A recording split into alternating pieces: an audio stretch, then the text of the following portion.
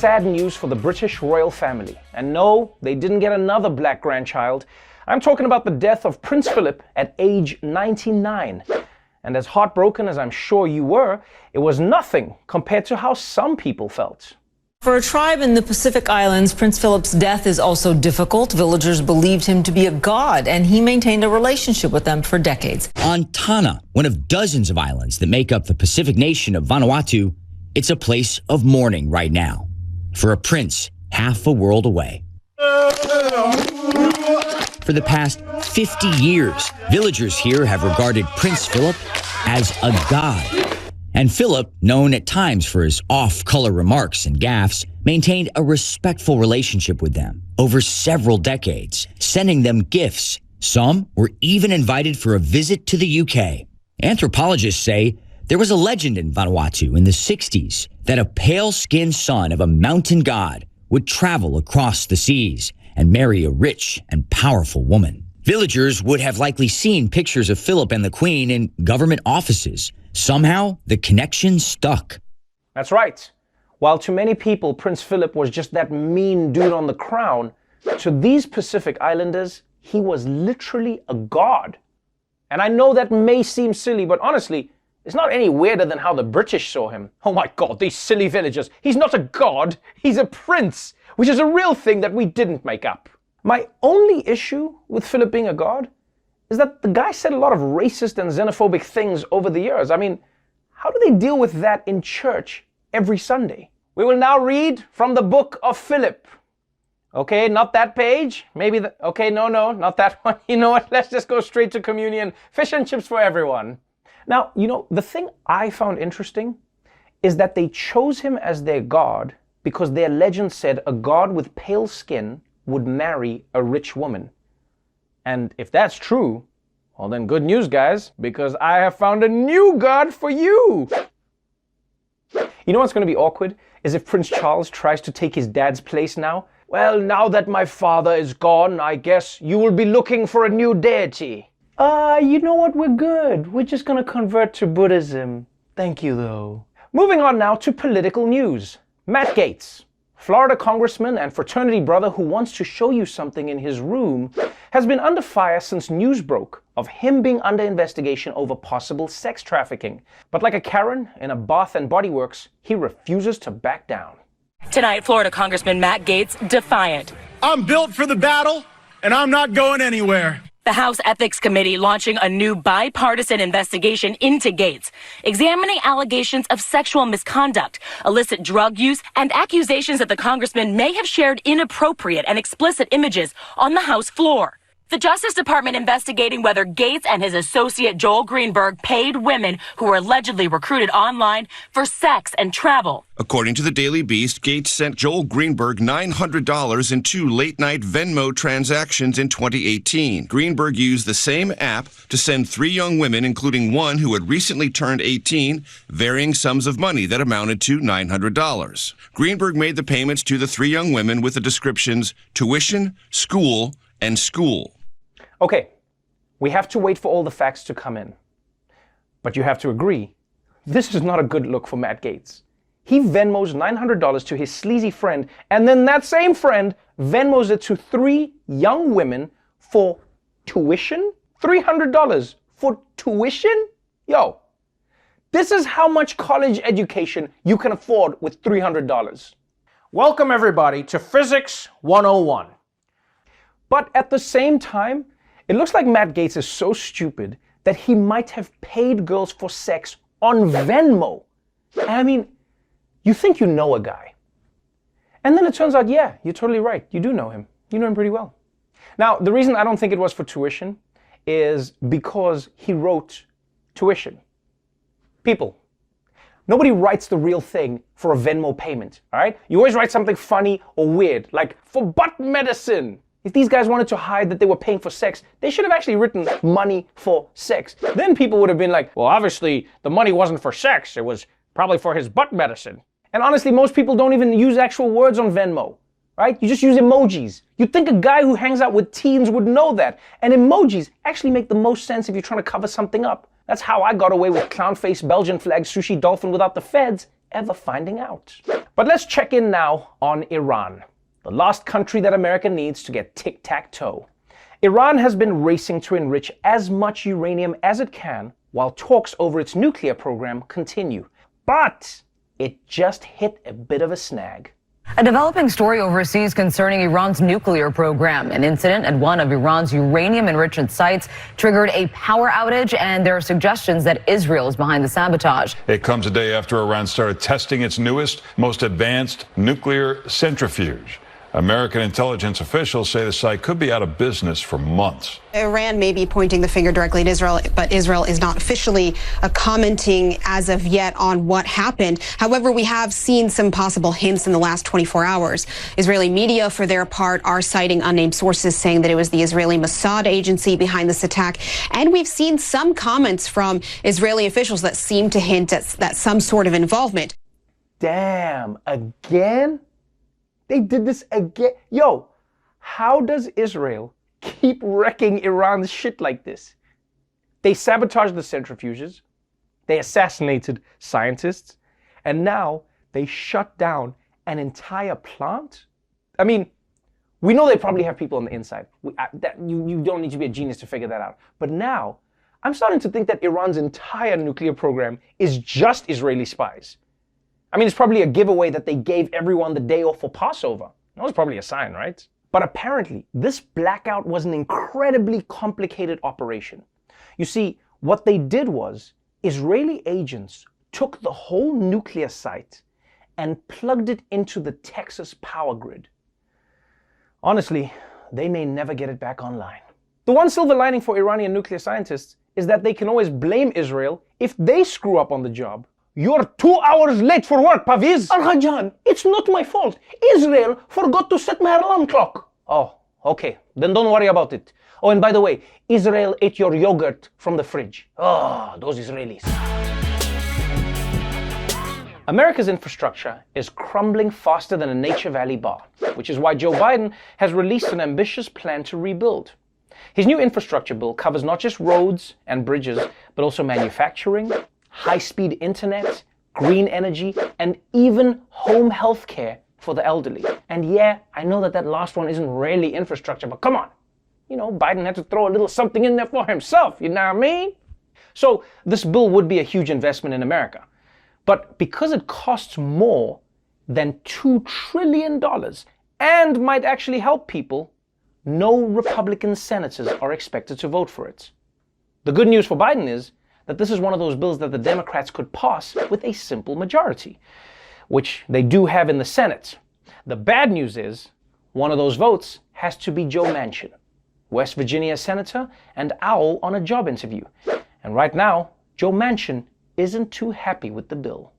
Joe Manchin might be a roadblock to the infrastructure plan. The one man who may control the fate of President Biden's agenda is not making life easy for his fellow Democrats. Senator Joe Manchin has continued to rail against that 28% proposed corporate tax hike to pay for this thing. He thinks this will be broken up into 3 bills because one of the big arguments is that some things like childcare and housing aren't technically infrastructure. Look, he is that 50th vote for Democrats, and Chuck Schumer, the majority leader, can't pass anything that Biden sends over without Joe Manchin.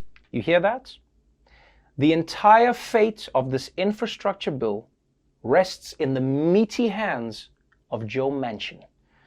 And it's not just infrastructure. If Joe Biden wants anything passed, from gun control to raising the minimum wage to making LeVar Burton the host of Jeopardy, he has to get Joe Manchin on board. Basically, if the Democrats are Britney Spears, then Joe Manchin is their dad, which makes Joe Manchin the most powerful person in America. Well, second to the guy at CVS who has the key to the razor shelf. But who is Joe Manchin? And more importantly, why is Joe Manchin? Well, let's find out in our brand new segment. Please allow me to introduce yourself.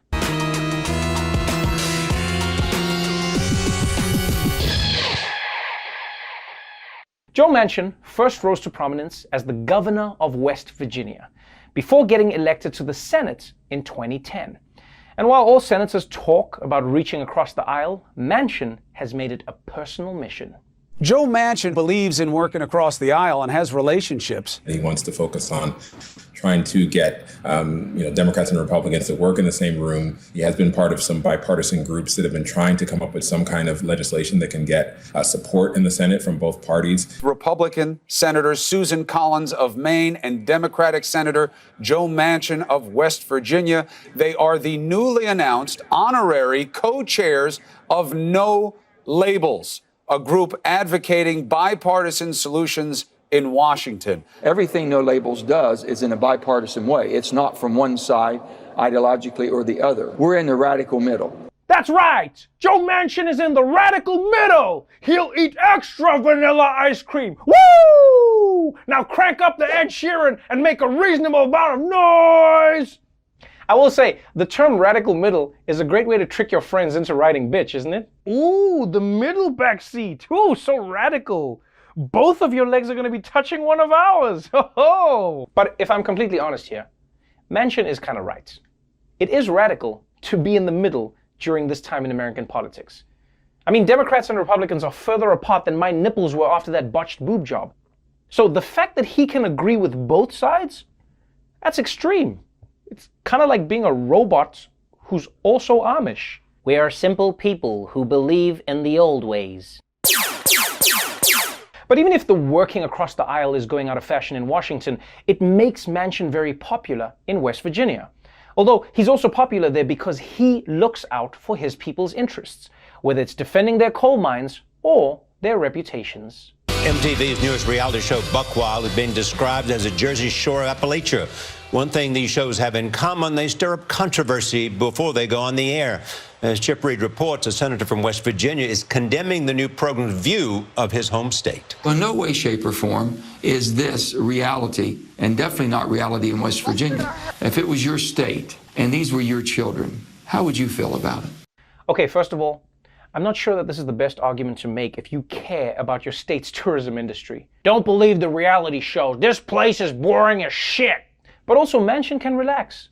Because everyone is fully aware that reality TV isn't reality. I mean, think about it. The Bachelorette makes dating seem like you go ziplining with a woman and 30 other guys. That's not real. Everyone knows that dating is really just grabbing dinner with a woman and 30 other guys. Ain't nobody ziplining. But fighting for his state wouldn't be enough if Joe Manchin supported standard Democratic policies. Because don't forget, West Virginia is an extremely conservative state. So anyone who wants to get elected there has to be pretty conservative too. And Joe Manchin definitely is. He'd actually said that he regretted supporting Hillary Clinton, said he might be open to supporting Donald Trump in 2020 if he agrees with him on a number of issues. Joe Manchin tweeting this, quote, "Defund the police, defund my butt." He opposed some of President Obama's energy policies and has supported gun rights. When President Trump brought a bipartisan group to the White House, Senator Manchin from West Virginia is the first Democrat to say, all right, I'm on board. I want a wall. I'll cut federal spending, and I'll repeal the bad parts of Obamacare. I sued EPA, and I'll take dead aim at the cap and trade bill. Okay, first of all, can we just stop this thing where politicians shoot bills in their ads? All right, it's tacky. It's also kind of disrespectful to the staff at Kinko's. But it's people like Joe Manchin that make you realize America needs more than two major parties. Because he doesn't seem to totally fit into either one. I mean, think about it. Joe Manchin is in the same party as AOC. Imagine if other industries worked like this. Like, to have a career in music, you had to either join BTS or the Wu-Tang Clan. I mean, Billie Eilish is like, but I don't fit into either of those. You gotta choose, Billy, you gotta choose. So, Manchin is in the Democratic Party, but he doesn't really get along with the Democratic Party. In fact, I'm sure there are moments that get really tense when he walks by the Democrats in the cafeteria. There's probably one seat left empty at the table and Bernie always puts his giant mittens on it. I'm once again asking you to sit somewhere else. So, Joe Manchin is pushing conservative ideas and preventing Democrats from passing their bills. The question is then, why do they put up with him? Do they love his homemade gazpacho? Is he the only tenor in the Senate barbershop quartet? Or could he be the only Democrat with the upper body strength to open a pickle jar? No. It's mostly because when it comes to Democrats from West Virginia, he's the best they're ever gonna get. Joe Manchin, coming from a state that Donald Trump won, with 68% of the vote. He's the only Democrat who could win in West Virginia. So therefore, he's sort of an immovable object. Joe Manchin is one of the 50 Democratic votes. He's the only Democrat who can get elected to the Senate from West Virginia. And so they got to deal with Joe Manchin. Yeah. Joe Manchin may be a pain in the ass who wants everything done his way, but without him, the Democrats wouldn't have a majority at all. And then they wouldn't get anything passed. He's like that annoying kid on your block who had a pool. Yeah, he hogged all the noodles and wouldn't let anyone use the diving board, but without him, there's no pool party. And then you're just running through the sprinkler like a little bitch. So that's Joe Manchin. Party pooper, radically boring, and the most powerful man in America. And you might not like him, you might wish he was someone else, but if you don't want all the roads and bridges to collapse, well, you gotta get in his pool. Afghanistan, the country that, much like the bathroom at a chili cook-off, is almost always occupied. The United States has now been in Afghanistan for nearly 20 years. And today, President Joseph Retreat Biden said enough is enough. President Biden announcing he will withdraw all U.S. troops from Afghanistan by September 11th. We cannot continue the cycle of extending or expanding our military presence in Afghanistan, hoping to create ideal conditions for the withdrawal and expecting a different result. I'm now the 4th United States president to preside over American troop presence in Afghanistan. I will not pass this responsibility on to a 5th. I will not pass this responsibility to the next president. Wow. What a nice gift Joe Biden is giving to Dwayne "The Rock" Johnson when he becomes president. Although, to be honest, I was secretly hoping that The Rock would get to end the war in Afghanistan. Yeah, because he would have done it in style. But yes, the war in Afghanistan may finally be over. And people, it's about time. It's been, what, 19 years? No war should ever be old enough to serve in itself. I will say, though, I find it a little weird that Biden is withdrawing on 9/11. I mean, first of all, breaking up on your anniversary, that's just mean. And second, should he be basing huge decisions like this on the date that just sounds the best? We can't let this forever war continue one more moment. But let's wait a few more months for some nice symmetry. You know, it's numbers. I believe in numbers. Now, of course, all of this is assuming that America actually does leave. Because don't forget, America has been trying to get out of Afghanistan for, what, 10 years now? Obama said it. Trump said it. Hell, this guy said it. We are leaving in 2014. Period. To be fair, Biden didn't know what year it was when he said that. Now, obviously not everyone is celebrating this decision. Biden is getting a lot of criticism from people who say that if America leaves Afghanistan, then it will become a failed state. And that is a real danger. But on the other hand, America has been there for 20 years. Is it supposed to stay there forever? Because if that's going to be the case, then, I mean, America should at least make Afghanistan a U.S. state. And the good news with that is it would eliminate Afghanistan's terrorism problem completely. Because we all know that once terrorists are American, they're not terrorists anymore. They're just frustrated citizens who are having a bad day. Moving on to sports news. The Minnesota Timberwolves are the best team in the NBA, named after puppy dogs. And now they're getting to know their new owner. Former MLB star Alex Rodriguez is reportedly part of a new ownership group for the NBA's Minnesota Timberwolves.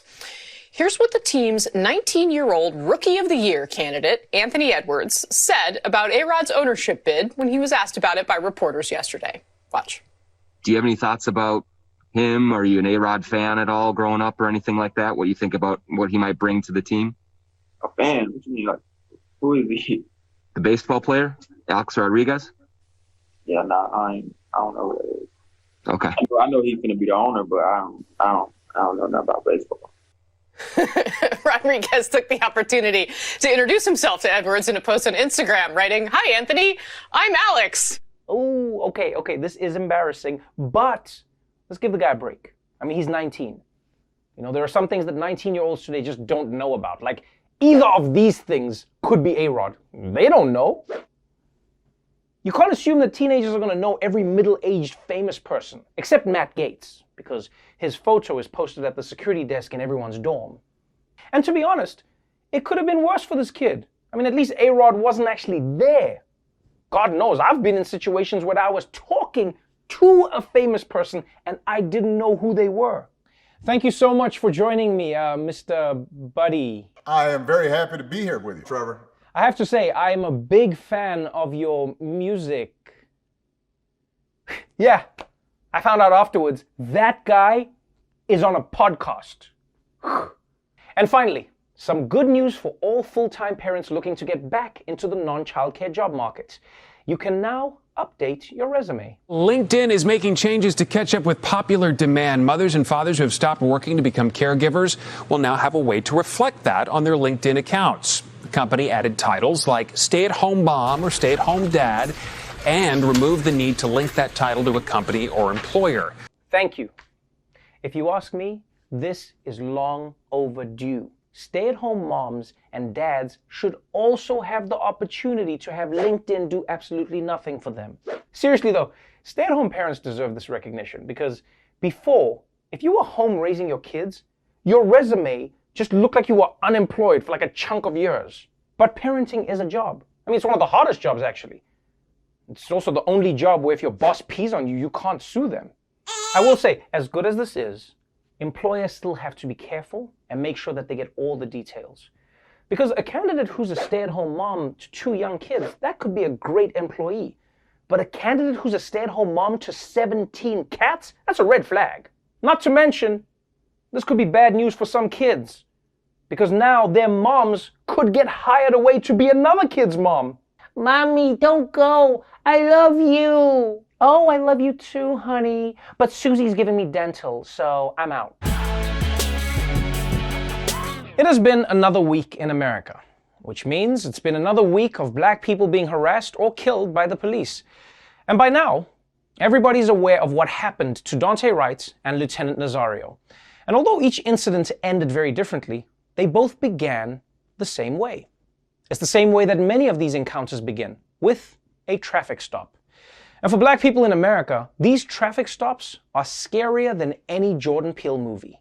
Driving while black. In many U.S. cities, police officers are pulling black drivers over at a much higher rate than white drivers. Black drivers are far more likely than white ones to have guns pointed at them by police, to be detained, handcuffed, searched, and arrested. Those blue and red cherries come on behind you, you all of a sudden get a tingle, your heart starts to race, even when you know you've done nothing. There is not a moment that goes by when police are riding behind me where I don't fear being pulled over. The fear of driving while black is always present, even in life's happier moments. Like when Rona Vega's 18-year-old son Teji won a car on The Price is Right. It was so surreal, so much joy and excitement, and then reality set in. My 18-year-old black Latino son does not need a car. And what's going to be the problems that he's going to encounter? God damn. Think about how messed up it is that the only way a black person would be happy about winning a car on The Price is Right is if it came with a white person to drive it for them. I mean, no one should be afraid that they'll be killed because of something they won on The Price is Right. Other than maybe one of those pontoon boats. Those things are death traps. I'm pretty sure you're only allowed to drive them if you're drunk. But this just shows you how getting behind the wheel is a very different experience for black people in America. It's why Vin Diesel is always the main character in Fast and the Furious movies. You can't have Tyrese pulled over for a busted taillight when you're trying to drive out of a skyscraper. And you might be thinking, well, if you're so scared of being pulled over, then don't do anything wrong. Yeah, but let's be honest, people. America's laws always give the police an excuse to pull someone over. Oh, I think you were going too fast. I think you were going too slow. Oh, your seatbelt, your tail light, your license plate, your registration, not signaling, tinted windows. And nothing is more suspicious than someone breaking 0 rules in their car. Ooh, cops will pull you over instantly. Sure, I couldn't help noticing that you were driving perfectly, and that was a little suspicious, to be honest. Why don't you go ahead and pop the trunk? But it's not just traffic stops. Every encounter between a police officer and a black person is fraught with danger. In fact, there's something in black families called the talk. And I don't know if my white viewers know about this. I mean, maybe it's one of those things that black people do that you've never heard of before. You know, like laying edges or putting plastic bags on your Jordans when it rains. But believe me, every black family knows what the talk is. We call it The Talk, a discussion Black parents have had with their children for generations. A conversation that you and I have to have that it is tantamount to their survival. Alerting children about interactions with police where body language, tone of voice, word choice, and other factors in certain circumstances can lead to arrest or worse. At some point, you will get pulled over, and here is how you act. Put your hands on the steering wheel.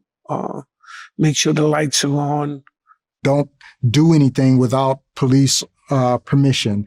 Ask before you get your registration. You don't question and challenge the police officers like everybody else can. You guys just have to be a little wiser in terms of how you communicate and not agitate the situation any more than it is. Submit, obey, come home. The talk will always happen in Black households. You have the talk about the birds and the bees, and then you have the talk about how to deal with law enforcement. That's right. Police violence is such a threat that somehow the most uncomfortable talk you have to have with your kids is the one where you don't use the word semen. And look, I know that all parents talk to their kids about how to stay safe, but for Black people, it's specifically about staying safe from the police. The people whose job is supposedly to keep them safe. The police talk simply isn't something that occurs in white households. I mean, if it did, it would be a very different conversation. Okay, now, honey, if you ever get pulled over by a police officer, what do?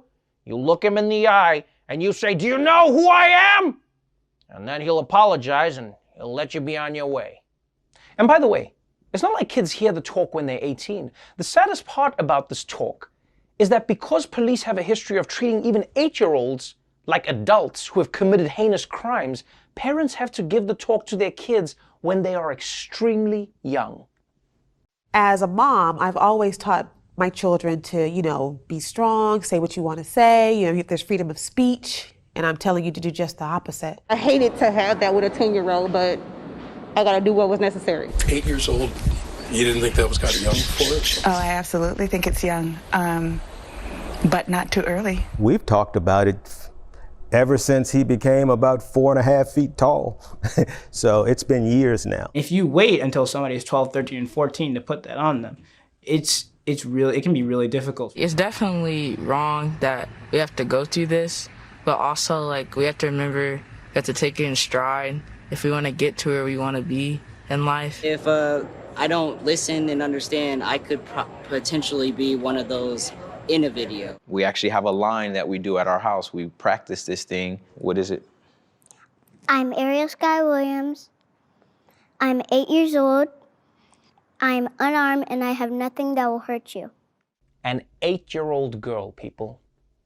What's even more wild than an 8-year-old having to memorize a script to interact with the police is the fact that a fully grown armed and armored police officer would feel threatened by an 8-year-old girl.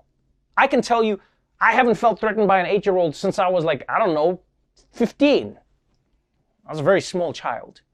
When you think about it, Black people have more education around policing than actual police. No cop starts training at 8 years old. I mean, maybe kids play cops and robbers, but that's actually terrible training. Because I've never seen a cops and robbers game that ends in a peaceful arrest. Yeah, they're just raining pew pew pews all around the neighborhood. So, we know that Black people know what's at stake and have methods of how to handle being pulled over by the police. But the talk still hasn't been able to prevent police violence against Black people. So, maybe it's not Black people who need a talk about how to act around the police. Maybe, just maybe, police need a talk about how to act around Black people. Before we go, please consider supporting Hunger Ward's efforts to assist the Yemeni clinics featured in the film. Together with their non-profit partner, Globio, Hunger Ward is helping healthcare workers in those clinics provide vital care to children who are facing extreme malnutrition. So please, if you can help out in any way, go to the link below and donate whatever you can.